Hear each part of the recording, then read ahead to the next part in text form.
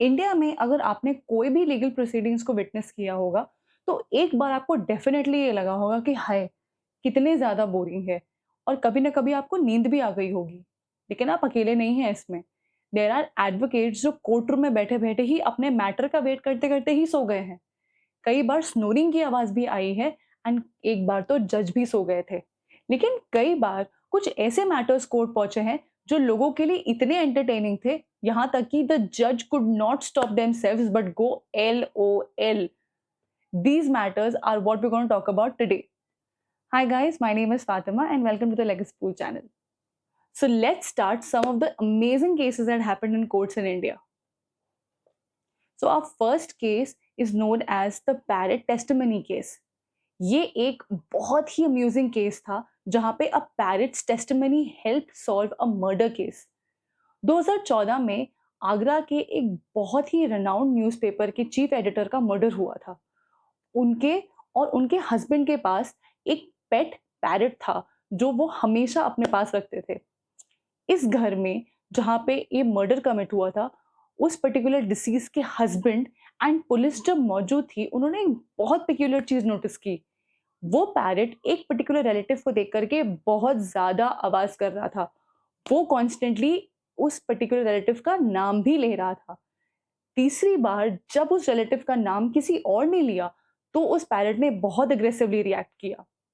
ये देख करके जो वो रिलेटिव था, वो बहुत डर गया और उसने अपने आप ही उस पर्टिकुलर मर्डर को कन्फेस कर दिया।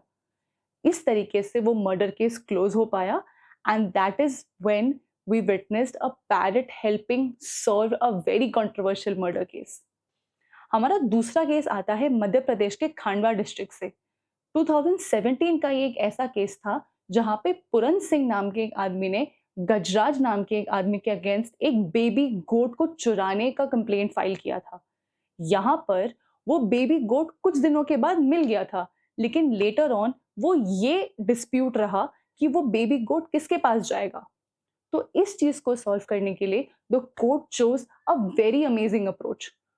उस कोर्ट के जज ने ये कहा कि आप अपने अपने गोट्स की जो माँ है वो लेकर के आप कोर्ट पहुंचो, फिर वो बेबी गोट जिसके भी पास जाएगा वो बेबी गोट उसके पास चला जाएगा। तो उस दिन कोर्ट ने ऑब्जर्व किया कि दोनों पार्टीज ने अपनी अपनी फीमेल गोट्स को कोर्ट में खड़ा कर दिया। लेटर ऑन वो बेबी गोट जब कोर्ट में आई, she ran towards the defendant's goat which was Gajraj goat. That is how Gajraj won the case. And lastly आता है एक बहुत अद्भुत डिवोर्स मैटर जो केरला में हुआ था। 2010 में a man had filed for divorce, ये कहते हुए दैट उसकी जो वाइफ थी वो बहुत ही स्ट्रेंज आवाज़ों में रात में बात करती थी and she used to behave very oddly with him at night. एक बार को he was convinced that she was possessed by a spirit और इन्हीं ग्राउंड्स पे ही फाइल्ड फॉर डिवोर्स।